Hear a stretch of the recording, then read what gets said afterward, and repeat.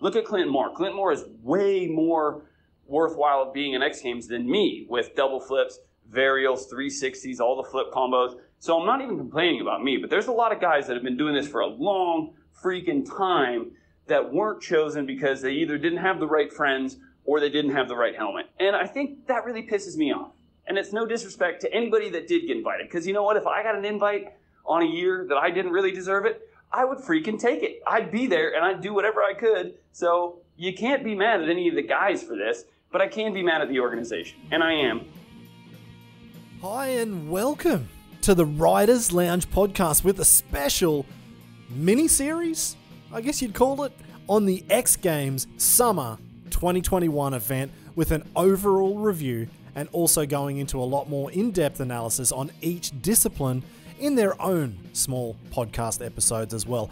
I'm your host for the podcast, normally Steve Sommerfeld. That hasn't changed since the start. And in this episode, and actually this mini-series, to make things a whole lot more interesting for you, rather than sitting there and listening to the nonsensical ramblings of a never-has-been talking about a competition he's never ridden in, I thought I'd bring in a few different riders and fans who can help me actually do a little bit of the heavy lifting of giving a review on the first major international FMX competition of 2021.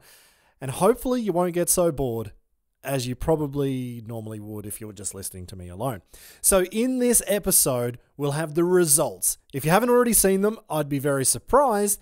But if you've been busy, you can listen in here for the full results and a bit of an overall impression of X Games from some pretty big names, actually, that are in here today. What will get interesting, however, will be the next 5 episodes after this one.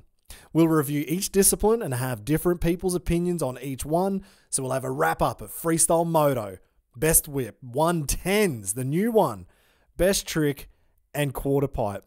We'll be going into the highlights, the lowlights, who should have been there, what the judging was like, the course, the time that it was on, I don't know, whatever. We'll go into it all. To introduce the first group who will join me on this first installment, and I really wasn't sure how this was going to work, but I am pumped to have some X Games gold medalists actually join to give their opinion, such as Adam Jones, who won gold in freestyle in 2007, I think it was, and a whole bunch more medals. And also another gold medal winner from Best Whip and one of the original FMX riders in the world, an absolute legend of the sport and still riding, mind you, Edgar Torrenteras.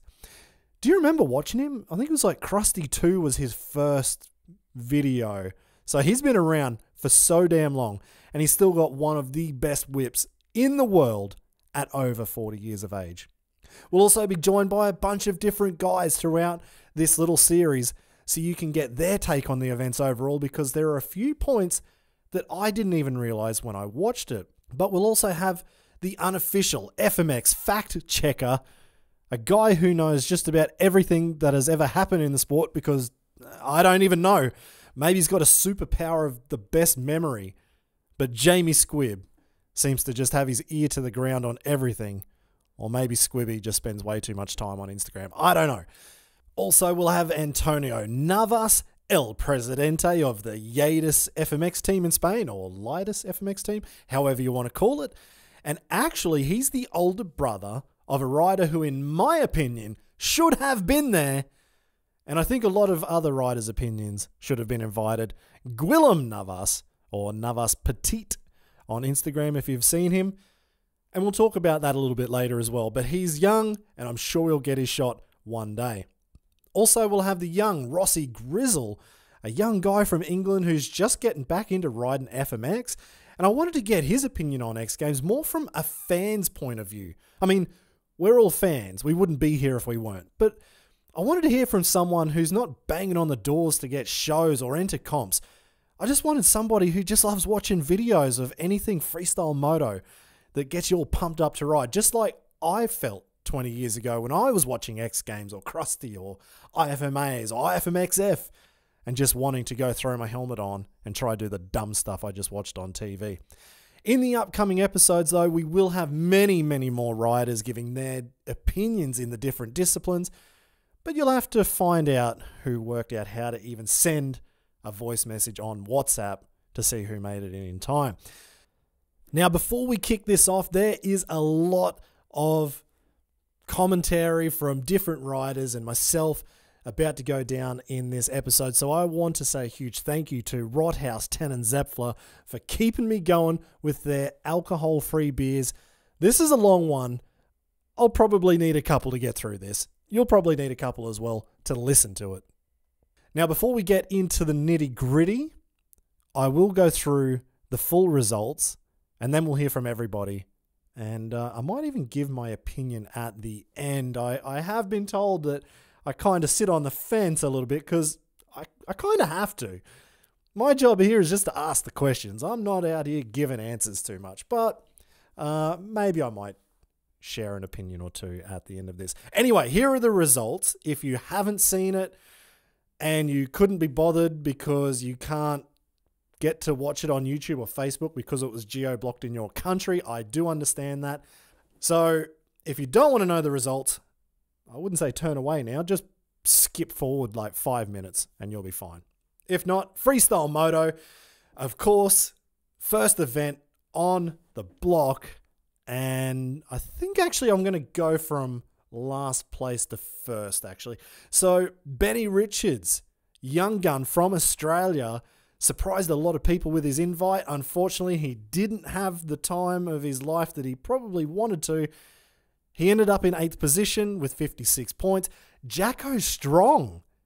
Now, you'd probably be thinking I reversed orders here and went for second place. No, actually, Jacko was in 7th with 68.66. Harry Bink. Hang on. What did he get? 85 points. And he finished his run with a nice little whiskey throttle over a berm into the bushes. So I'm sure you've probably already seen that. Taka Higashino, 87.33. Now, this is where things are getting really close. Taka, 87.33. David Ronaldo, with a brand new trick called the Bobby, I think it was called, 88.33. Rob Adelberg, 89.33. Josh Sheehan, okay, hang on. Rob Adelberg, that's third place. So David was fourth, missing out by 1 point. Rob Adelberg, 89.33 in third.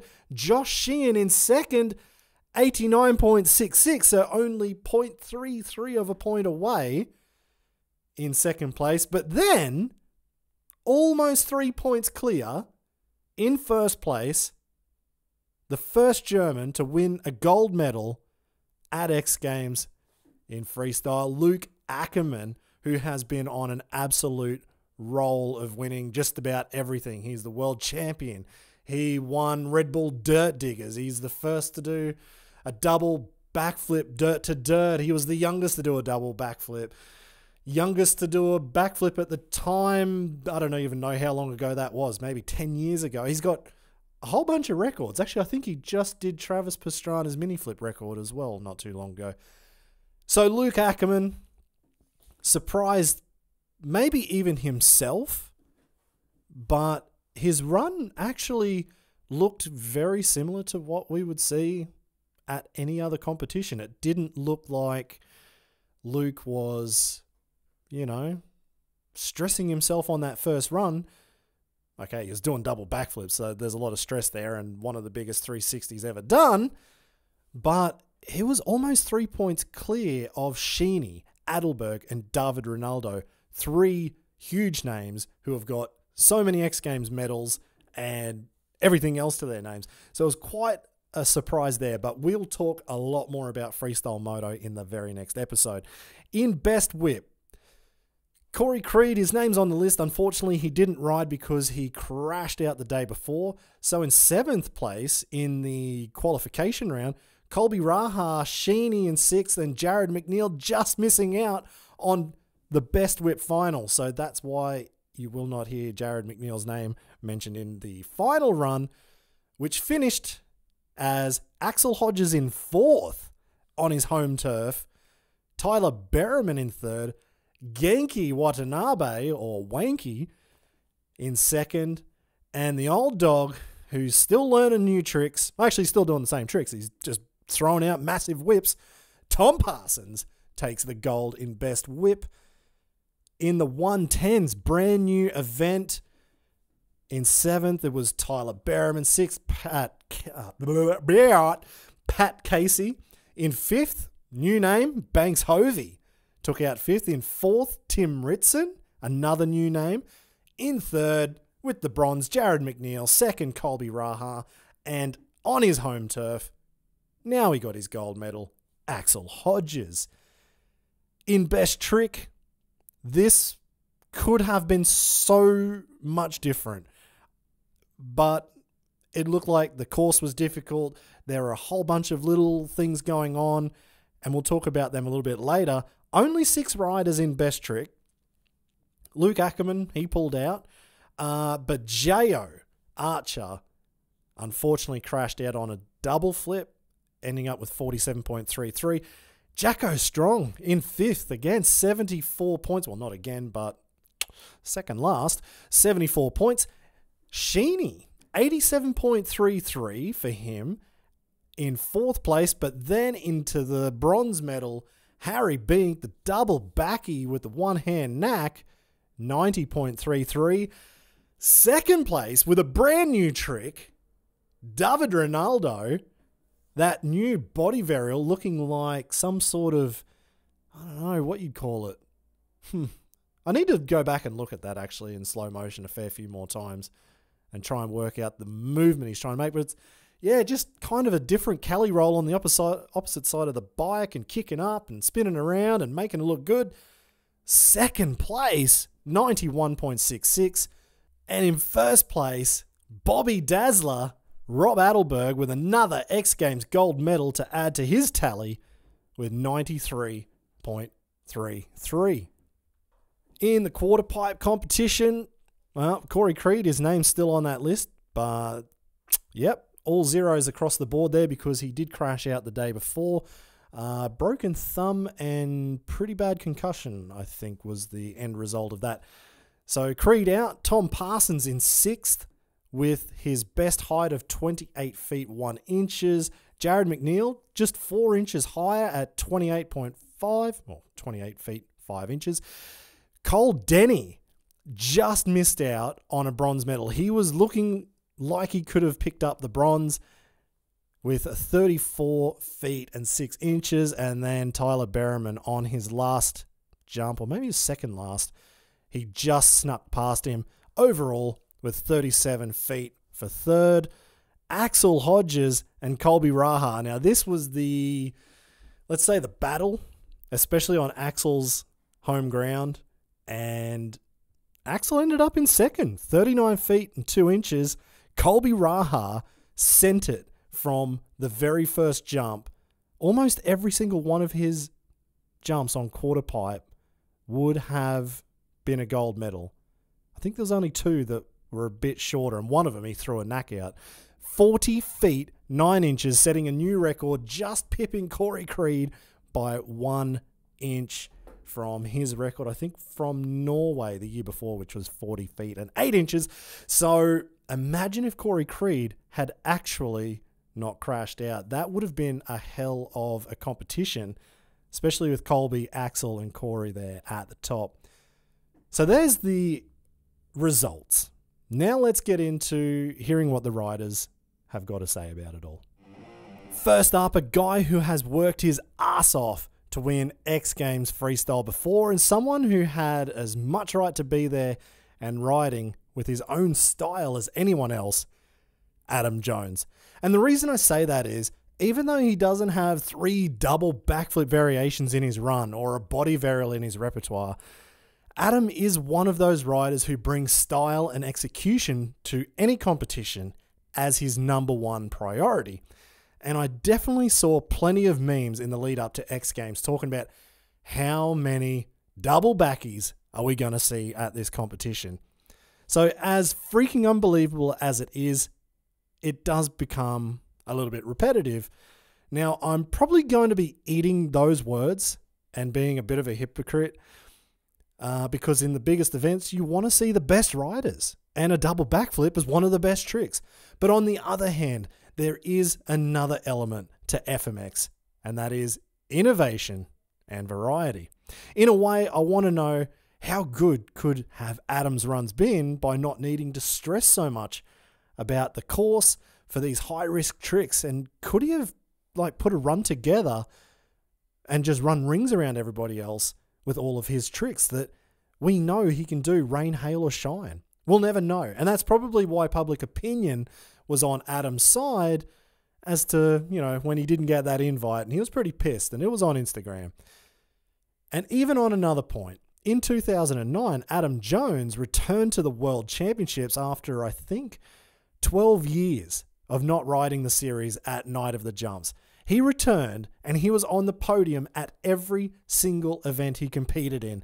And if he actually made it to every event of 2019, I think he had a few clashes with other show commitments.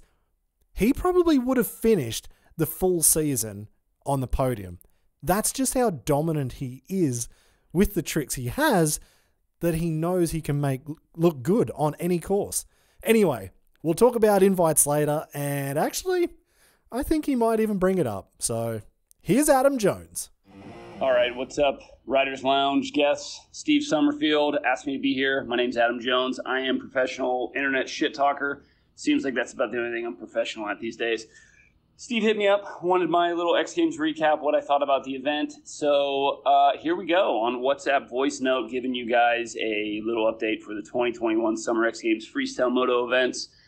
Starting off by saying WhatsApp voice messages are not my thing. I like to have more thought out responses on single questions at a time. So this may be rough, but I'm going to give it my best go. So there were things I liked at 2021 Summer X Games, and there were things I really didn't like.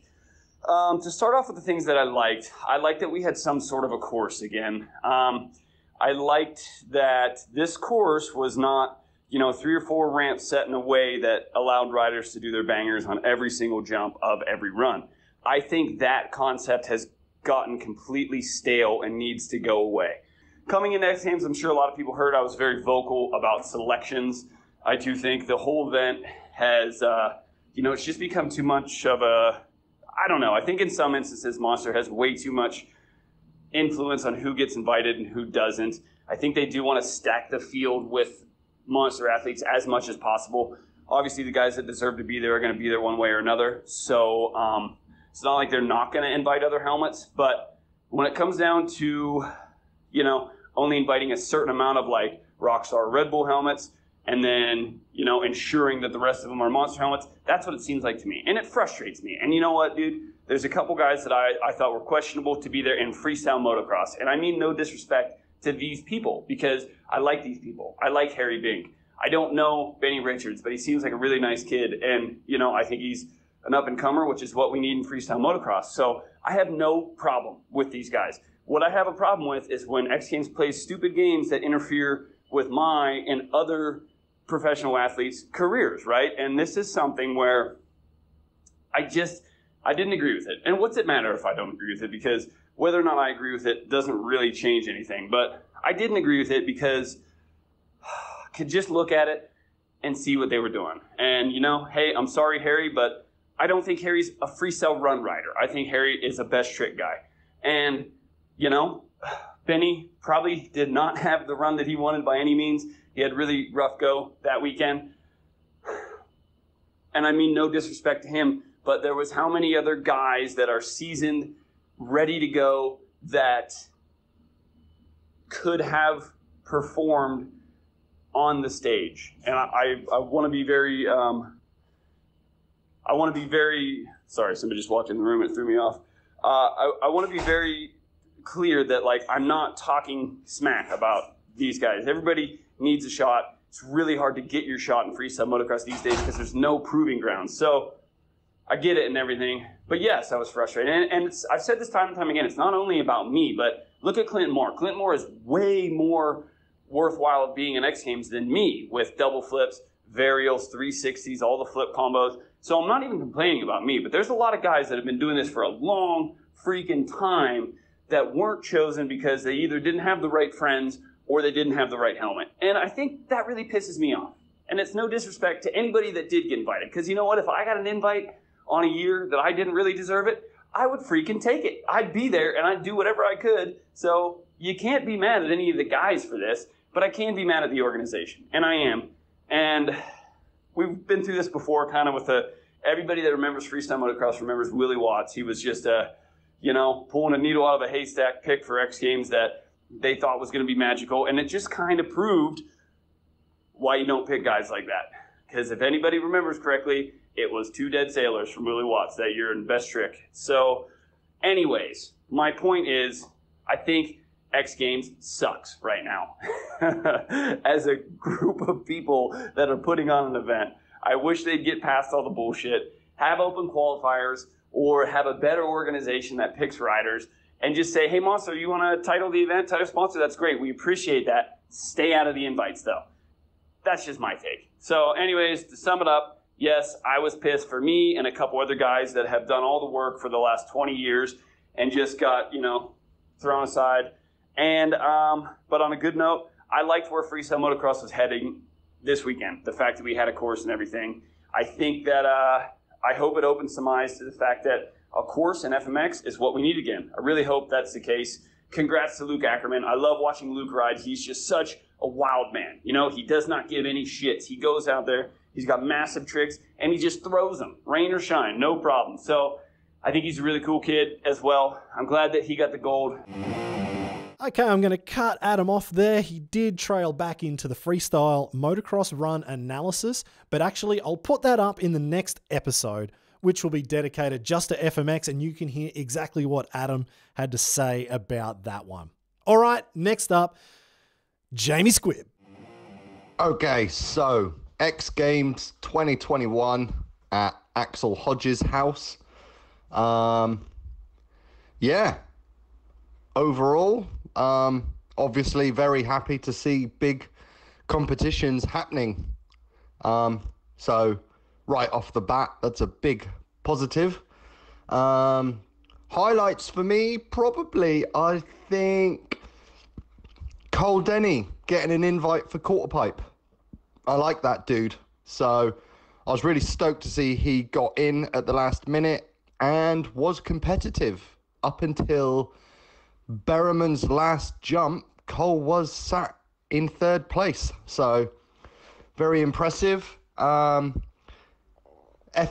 was cool. I think the course looked difficult for freestyle tricks. We know Axel can absolutely shred around the place. But I think for FMX tricks, it looked quite difficult. Good to see Sheeny and Adelberg doing flip tricks over the 120 ramp. Luke Ackerman's 360s were bigger than they already were before. So that was mind-blowing. And David Ronaldo rode super good, stuck that new trick in the middle of his run, which is very impressive. So yeah, there was a lot of cool stuff went down, to be fair. And the other thing I thought was good to see was the new next generation Levi Sherwood takeoff ramp. I rode it a little bit myself at Red Bull Dirt Diggers a couple years back. It's an impressive bit of kit, so it's good to see that making its way into the big competitions. The only thing I did think with that was it was on such a massive step up that I don't think it really utilized what that ramp can do in terms of hang time and air time, because it was on such a big step up. But yeah, cool to see it. As I was asking the guys their opinions on the events that were at X Games, I realized halfway through when I was asking Navas about the 110s that step up wasn't actually there. So here's a quick point from him just on step up, but we'll have more from Navas in the next episodes on every other discipline. So you'll have to come back and listen to those ones. Anyway, this is what Navas has got to say about step up. Yeah, for the step up, I got really surprised I didn't see step up this year, because I think it's a competition that everyone likes it. and it's one of the only competitions that you don't have any judging, and you can really see who's the winner. So by throwing the bar, So yeah, I would keep having a step up for the next X Games. That's for sure. Now it's time to hear from FMX Grizz, who's basically just a huge fan of FMX from over there in England, and I just wanted to see what he had to say about it all. My overview of X Games 2021 as a fan, I thought it was pretty gnarly. It was a big, mad course for everyone. But yeah, it's been 2 years since we've seen everyone competing at a high level.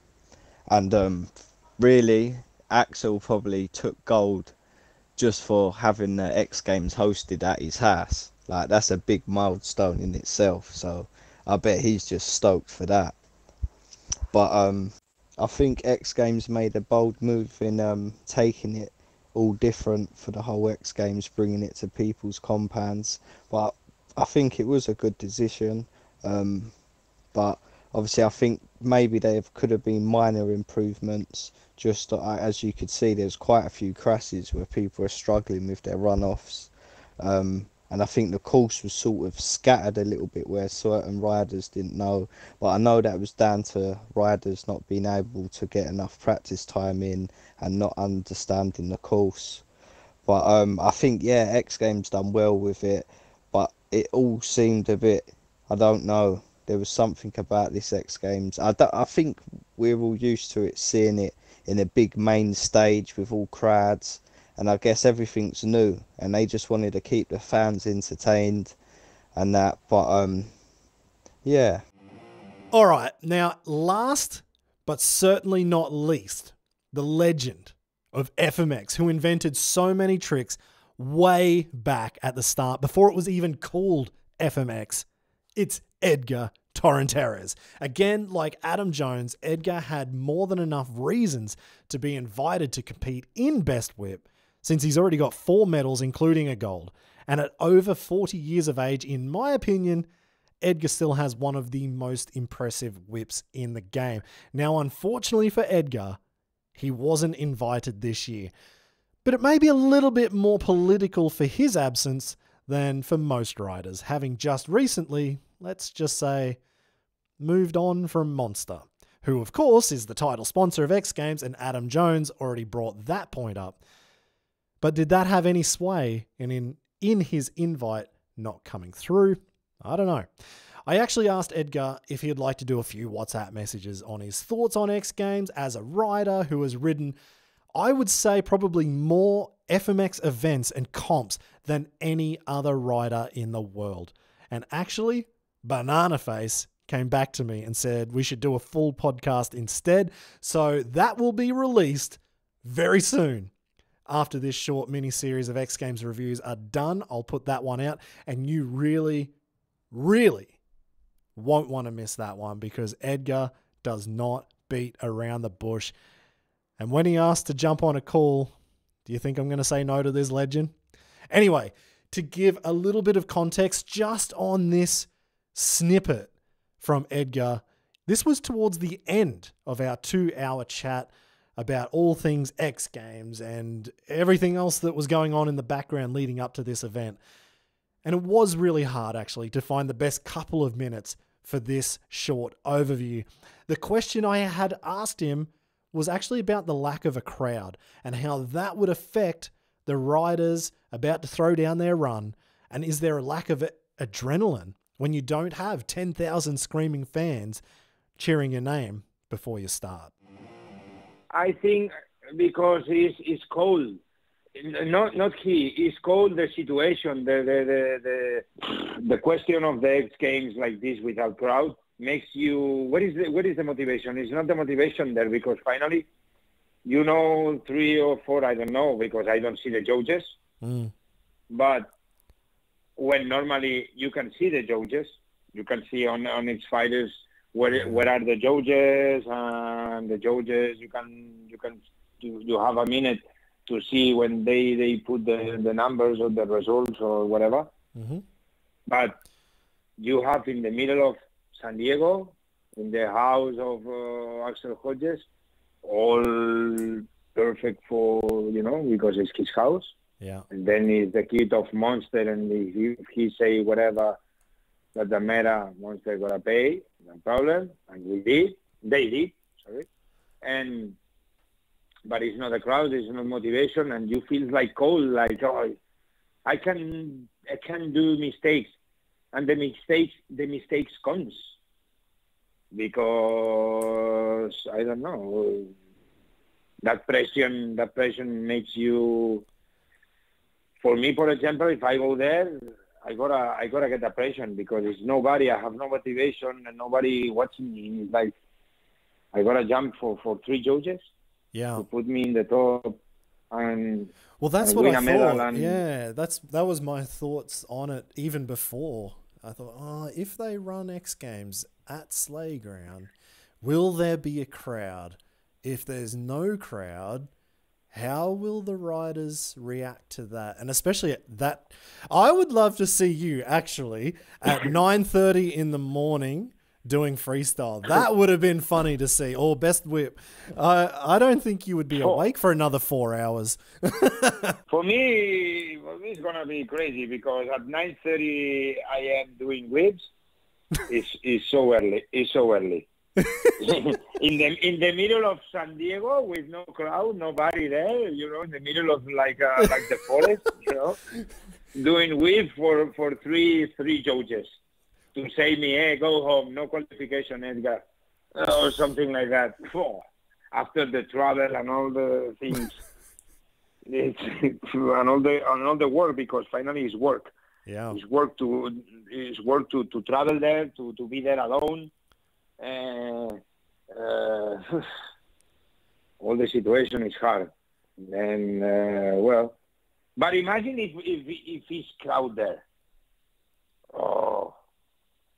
If he's full of crowd on this place, gonna be insane. Eh? Yeah, that's what I thought. But what do you think about then? Let's say if we have the same sort of problems next year with COVID, and they go back to Sleigh Ground next year, would you be happy to see this back at Sleigh Ground next year? And if you are happy, then to have a crowd, or would you think, no, don't put it there, put it somewhere else? I don't know. What's your thoughts? Listen this. If they gotta do the same for next year because the COVID is still in the game, you know what I mean? Yeah. And they gotta do the same with no crowd, I don't gotta pay the ESPN to watch. I don't gotta pay $11. Is almost eight or 9 euros to watch this live, because no, I gotta go practice. I gotta go practice to the track with my friends and enjoy a barbecue and a couple of beers. You're gonna put the 8 or 9 euros of fuel money in your van and go for a ride? No, I gotta put 9 euros on beers. On beers, yeah, exactly. I am a couple of beers. With 9 euros, you can take 12 beers in the supermarket. That's expensive in Spain. In Germany, 9 euros is like the whole box. Yeah, but in the supermarket in the south, 10 euros, you gotta grab 12 beers, and you gotta do a super nice barbecue with your friends in the park and chill and enjoy there without judges. And then pool. That's true. Yeah, without judges. Without judges. And we can do live on a stream by Instagram with the phones. We can put the judges. We can put the judges. Three or four ladies there. Oh, number 5, number 2. Okay. You know what I mean? Like yeah, and it's gonna be fun, more fun to watch than the X Games again like this. Okay, so we've got a few opinions there, ranging from good to bad and in the middle, and just stoked that it's on. I probably will give a short sum up from what I've read, from what I've heard, from just watching it all myself as well. And I guess probably touching on a few of the topics that have been brought up in this episode alone. And especially, I guess Adam really spoke about the rider invite. And actually, before I talk about that, I do want to say thank you to everybody who gave their opinion, because that's one of the harder things to do. I mean, it's easy to give an opinion, but you also can get a lot of flack sometimes. And, you know, these guys have definitely been hit before. So thank you for giving an opinion. If you disagree, don't go too harshly on these guys. If you do agree, don't carry on like a clown either. Like, it's just an opinion. So there was a few things that were brought up. And yeah, like I said, Adam brought up the rider invite one. And there, I think I will actually do a proper full bit of a round table discussion, let's call it that, about invites and qualies and things like that. So Adam brought up the monster invites so many riders than anyone else. I have no idea of the politics behind it. Of course, Monster sponsors X Games. Yeah, there's Monster everywhere, and there's a hell of a lot of Monster helmets getting around on the course. Only one thing I would say to that is I don't see Red Bull running out there and sponsoring that many riders. Rockstar just dropped a whole bunch of their guys, including Adam Jones, Clinton Moore.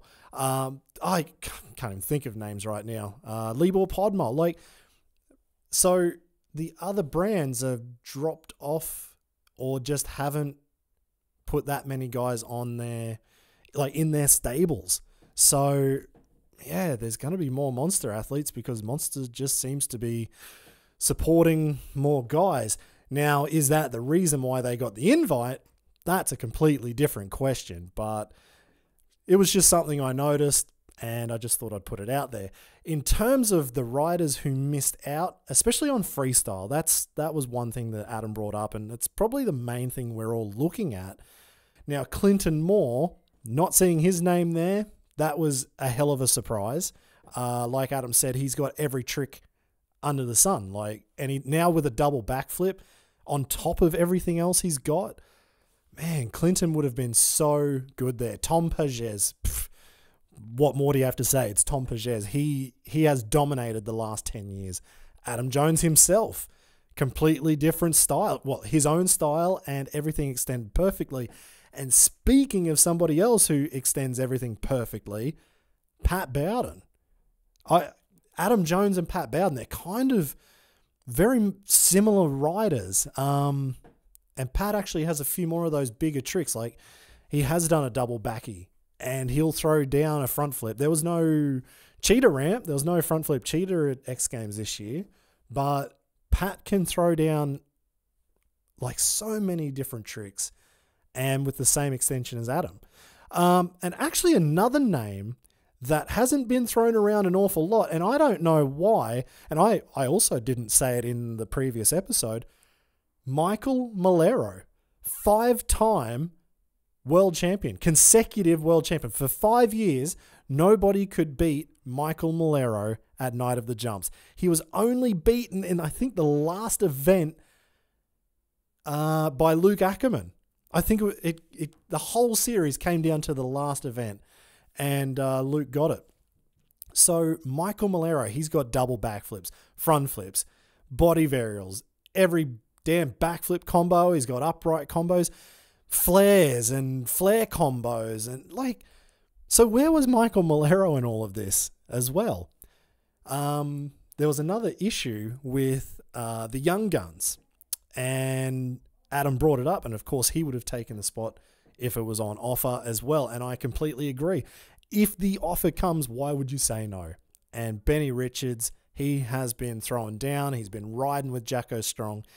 Seen a lot out of him. I remember actually meeting him like 10 years ago or something when he was only a little young tucker, and it's so cool to see him grown up and getting these invites. And I think we'll see a lot more of Ben Richards as well. But, and this isn't the issue from Benny, because he did what he could do, and sometimes you win, sometimes you lose. But the question more is the proving grounds for the young guys to come through. How the hell do you get there without somebody putting your name down and really pushing for you or whatever it might be? That's pretty much the only way to get into X Games. So this is the point that we'll probably go back to a roundtable discussion. How do you find out the best riders to be in this very small group to get in? Open qualifiers, I don't know. That's a chat for another day on how to do it. One other one that was interesting was Cole Denny, who got the last minute invite, and that was from a whole bunch of social media backlash. From the quarter pipe, there was only 6 names on quarter pipe, and man, I had so many messages. I had heard of Cole Denny, but I was following him, but I didn't really know anything about him. And I had so many messages after the invite list was put out. Everybody saying, like, where the hell is Cole? And then I realized and I remembered, yeah, he rode Nitro World Games and just sent it. So, and that's often on the biggest quarter pipe that's ever been built. So that was cool to see him getting a last minute invite to make, well, they went from 6 riders up to 7, simply to put Cole in there. Guillem Navas, speaking of quarter pipes, I said at the start I thought he should have been there because I know he's training on that quarter pipe every day over there in Spain. There was no invite for him at the time. They were saying there's only 6 riders. So for Cole, he's already in America. It wasn't going to be hard for him to get there. Guillem Navas, that would have been near impossible to get a last minute invite. He just wouldn't have made it. But should there have been a place for those 2 guys before? Anyway, the other issue there with rider invites, there's less and less riders every year being at X Games. And well, maybe not less and less. That's probably being a little bit melodramatic. But it did feel like there was less invites even going out. So TV time is king. And X Games is run by ESPN, and so they've got TV commitments. How much time does it take to run all of these events and to run each guy through determines how many invites are going to be there. So simply the tough question or the tough call of who even gets one of the very few spots that are available, that's a tough one, and I would not want to be on that committee or the guy that's making that decision. Yeah, that was just the thought on it all. So many good riders, but there's really not that many places to put them in. And this is an event made for TV. It's the big one. So as many guys as you can put in, that's a tough one. Okay, so that's kind of my thoughts on the rider invite side of things. But actually there was a point from Squibby when he was talking about the next gen ramp, and I didn't even realize that ramp was in there. I don't think I heard Mason or Jimmy Coleman talking about it during the commentary. I didn't even know it was there. So Squibby sent through the voice message saying he was stoked to see the next gen ramp being included in the comp, but they didn't utilize it very well because it was on a step up. And I had to go back and I watched the footage.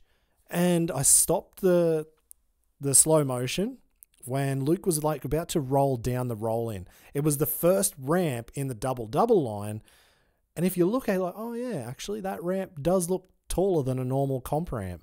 And then when you look at it from that side, right hand from the front angle, looking back towards the ramp and the rider, I was like, oh yeah, it does look like the ramp's a lot taller than Luke is, even though Luke is a big dude. So I would say that's freaking awesome that the next gen ramp was there, but it was a shame that you couldn't tell. And the reason is because that ramp that was designed by Levi Sherwood, I think it could be a bit of a game changer. We saw at Red Bull Dirt Diggers just how good that ramp was. Squibby, like he said, he rode on it and made it look good, throwing out huge whips. Jared McNeil was whipping the crap out of that ramp. And Pat Bowden, I think Kai Hazer as well. But Pat Bowden was really showing what you could do even just with regular backflip tricks, just holding them so much longer. You've got so much more airtime, and then also that drop, and it looks so much better. And guys can double backflip it. Tom has front flipped it. It's definitely one of those ramps that you can just get everything done off of it and makes everything just look so much bigger. But it is a bigger ramp, definitely comes with more risk. So it is cool to see it at X Games. It just was a little bit of a shame that we didn't really get to see what the capabilities of that ramp are. If you want to know any more about actually the next gen ramp, listen into the Levi Sherwood podcast episode. We did it, I think, maybe sometime last year. So you'll have to scroll back just a little way. Find Levi's episode, or actually in the show notes of this episode, I'll put the link in to find out what Levi has to say about the ramp that he designed. All right, so the 110s, that was a new discipline, and I didn't really know what to expect. So in the upcoming episode, talking specifically about the 110s, we'll go into a lot more detail, but I thought it was actually going to be racing. I didn't think it would have been freestyle. Yeah, I don't know. I was just a little bit surprised on what it actually was. And what would I prefer? To be honest, I'd probably say racing, if not speed and style. Maybe could have even been a better option for the 110s, but whatever. It was something different. Some people liked it, some people didn't. And we'll find out who and find out why in an upcoming episode, probably in the next few days. That led on to the step up. So Navas, he was talking about, no step up, and I just thought of it. And that was a bit of a shame, because at Axel Hodges' place, it's not like he can't build something huge. Imagine if Axel or if Jared McNeil turned up there and just started carving out a massive step up on that course. That would have been actually unreal. That would have been so good to see. And another little bit of news, a little bit of tidbit news here in the background. There was 2 last-minute riders, Tim Ritson and Banks Hovey, but actually Twitch, who was supposed to be riding in the 110s, he actually gave up his spot at the last minute for Tim Ritson. So that was pretty cool to hear. All right, the location at the riders' compounds, Grizz brought that up as a fan, and that was one thing that I was a little bit not that much surprised about it, but how do you make it fair? When we watched the BMX at Pat Casey's place, they said on there that actually they rebuilt everything and it was an all-new course, and it wasn't just a course that Pat Casey had been riding every day at his own home compound. The freestyle was a little bit different. And in the end, it kind of didn't matter because Axel didn't even win. So you can't even use that excuse, really. But it was at Axel's house, and a lot of guys have ridden there and have had a lot of practice on it. I don't know, does that bring in the fairness issue? No one really brought it up, so I'm going to go with it didn't really matter this time, but it is just definitely a topic to think about. The practice time was also brought up, and I've read that a few times, and they did talk about it on the telecast. I don't know how much practice time they had, but if riders had been there, let's say the weeks before, or they'd ridden it before it, that's not so bad. But what about the guys who hadn't? What about the guys who flew in? Let's say the Euros, Luke and David flew in, and a whole bunch of Aussies flew in. Or even the Americans who weren't that many Americans in it. But anyway, if you hadn't ridden it before, apparently there wasn't very much practice time. And maybe that could have helped for the riders to get around the course just a little bit better. But then another point that Grizz brought up was there was just something about X Games this year that was not the same. And I think he's right. There was just something a little bit different. But if you're expecting let's say, 2006 Staples Center, Travis Pastrana doing a double backflip, the crowd goes nuts. Everybody's in this tight arena and the atmosphere is so much higher and better, but you're not going to get that, not at this location. So that brings me to probably what I would say is the one point that could have completely changed a lot of people's impressions of X Games. If you had a neutral to, let's say, negative feeling towards X Games this year, I think there's one thing that would have changed it because you probably wouldn't have known, and that is actually having a crowd at an event.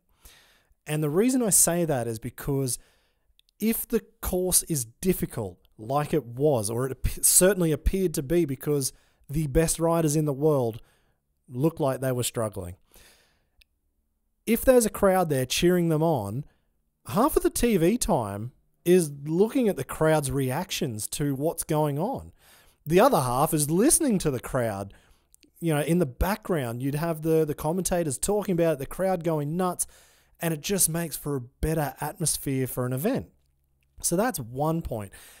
Any issues, let's say if you agreed or disagreed with the judging one way or the other, it doesn't even matter.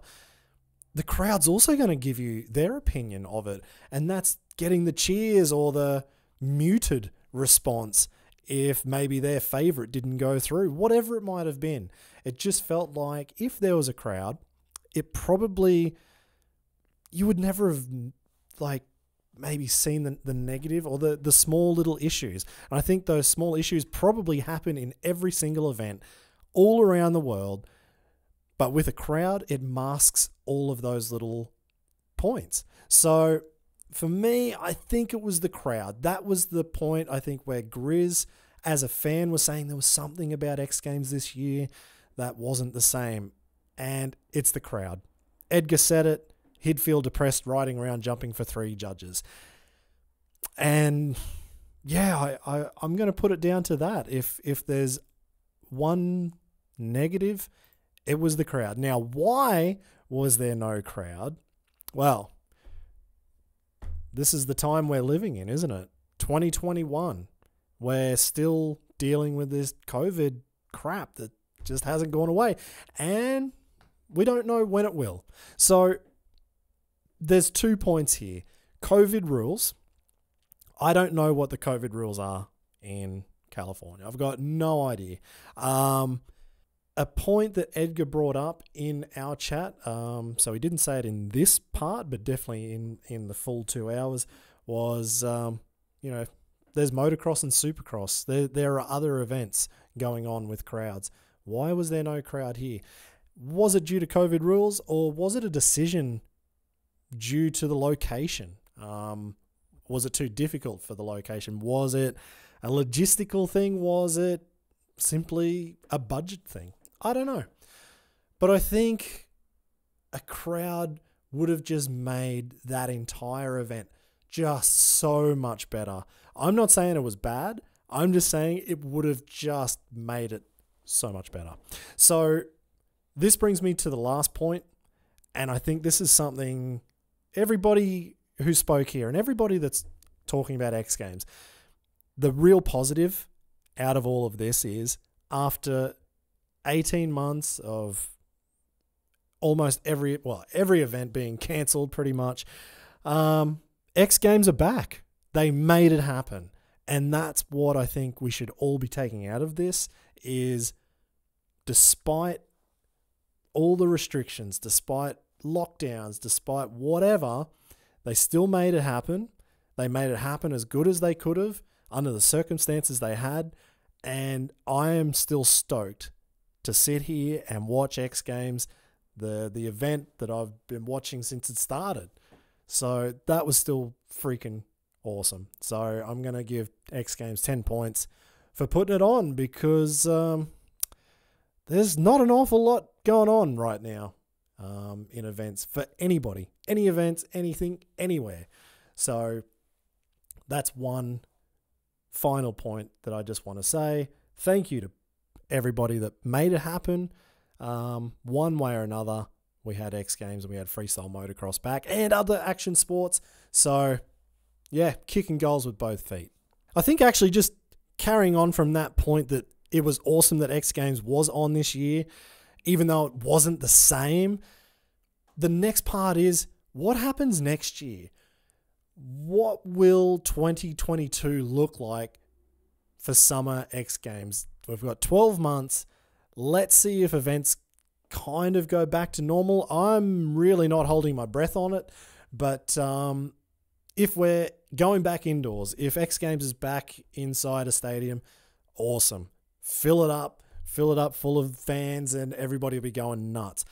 If they can't and they go back to the sleigh ground, no worries. I'm down with that. I'm happy just to see bikes in the air, seeing the best riders in the world throw down. That's what it's all about. So let's see what happens next year. Hopefully things go back to normal. If they don't, at least there's a few little points that they probably worked out after this event, and they'll make next year even better. So I can't wait to see what happens in 2022. So I just want to say a huge thank you for tuning in, listening to this review of X Games. This is the overall review. We will talk about freestyle motocross, best whip, 110s, best trick and quarter pipe in their own individual podcast. We'll make them a lot smaller. This went a little bit longer than I thought it would have. But anyway, we got there in the end. I do want to say thank you as well again to Adam Jones, Edgar Torrenteras, Jamie Squibb, Antonio Navas, and Ross Grizzle for their opinions on X Games this year, and for everybody else who will be joining me for the individual disciplines coming up. Thank you in advance. And if you've got your own thoughts at home on what you saw at X Games, you might even be quick, depending on when you listen to this and when I release the next episodes, shoot me through your own voice message. You can jump on Facebook or Instagram and just shoot through a voice message to Riders Lounge Podcast. And if there's some good ones and you've got an interesting point or whatever, I might even throw it into the episode or an upcoming episode. Yeah, kind of throwing it out there. I was thinking about what's the best way to do it? And really, all I can think of is either Facebook or WhatsApp, because we've already got the socials there. So, yeah, send a voice message. Be awesome to hear from you. I also do want to say a huge thank you to Rothaus for delivering the best damn beer in the world. And actually, after what Edgar said, maybe he won't be watching X Games if they don't change before next year. So he'll probably have a box of Rothaus 10 and Zephyrs down there having a party instead. I'll probably still be drinking my Rothaus while I'm watching X Games. Yeah, let's see. I don't know what's going to happen by next year, but until then, these cold beers are definitely helping me get through this podcast. That's for damn sure.